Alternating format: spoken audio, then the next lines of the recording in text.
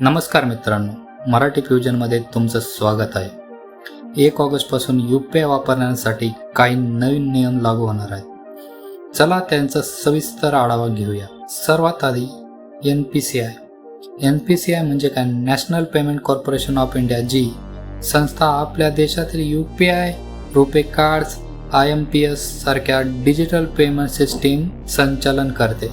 आता बघूया नवीन UPI नियम। 1. Inactive UPI ID डिॲक्टिव्हेशन।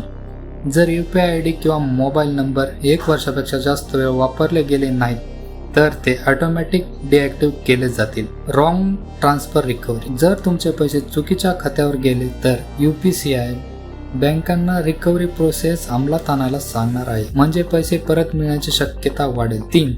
Real time security alert. UPI व्यवहार करताना तुम्हाला लाईव्ह अलर्ट मिळेल, जे फसवणुकीपासून वाचवेल। Duplicate UPI ID sync. NPCI वेगवेगळ्या ॲपमधील UPI ID एकत्र करून सिस्टीम क्लीनअप करणार आहे। यामुळे NPCI चा सर्व्हरवर ताण कमी पडेल।